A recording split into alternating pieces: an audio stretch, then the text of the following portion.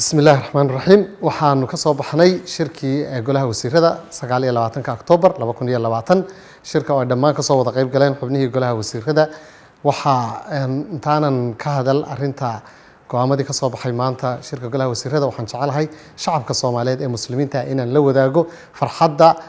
dhalashada nabigeena suuban calayhi salaatu wasalaam ilaahay subhanahu wa ta'ala ayaa inagu amray inna allaha wa malaa'ikatahu yusalluna 'ala an-nabi ya ayyuhalladhina amanu sallu 'alayhi wa sallimu taslima allahumma salli 'ala sayyidina muhammad wa 'ala ali sayyidina muhammad wa 'ala dhurriyyati sayyidina muhammad wa 'ala ashabi sayyidina muhammad wa 'ala atba'i sayyidina muhammad inta kadib shacabka Soomaaliyeed waxaan rabaa inaan la wadaago laba go'aan oo waaweyn oo maanta ka soo baxay shirkii golaha wasiirada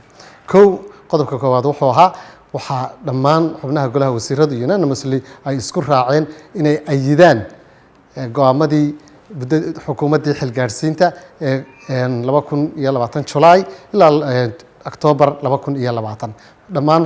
barnaamijyadii siyaasadii xeerarkii iyo heshiisyadii ay labada bilood saddexda bilood gashay xukuumaddaasi ayaa la wadaayiday si wada jirana waa loo ayiday waana la isku raacay qodobka labaad ee maanta shirkii golaha wasiirada ka soo baxay waxa weeye waxa la ansixiyay miisaaniyad sanadeedkii 2021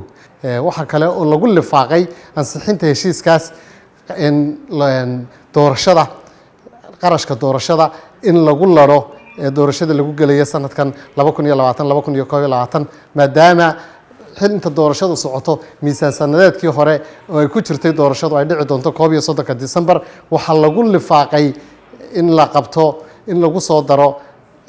qarashkii loogu talagalay doorashada 2021 qaybta dhiman miisaaniyadii si wada jira ayaa lagu ansixiyay 100% oo ay ugu gudbi doontaa golaha shacabka aad iyo aad baa u mahadsantihiin markale waxaan shacabka Soomaaliyeed u sheegayaa in dawladda ay ka go'an tahay dardargelinta amniga horumarinta dhaqaalaha iyo adeegga arrimaha bulshada iyagana looga baahan yahay shacabka Soomaaliyeed inay iska rab taagaan dawladda si looga midho dhaliyo hayaanka iyo himiladeena dheer aynu ku soconno in aynu qarankeena ka dhigno qaran kamid ah qaramada ugu awoodda badan dunida aad baa u mahadsantihiin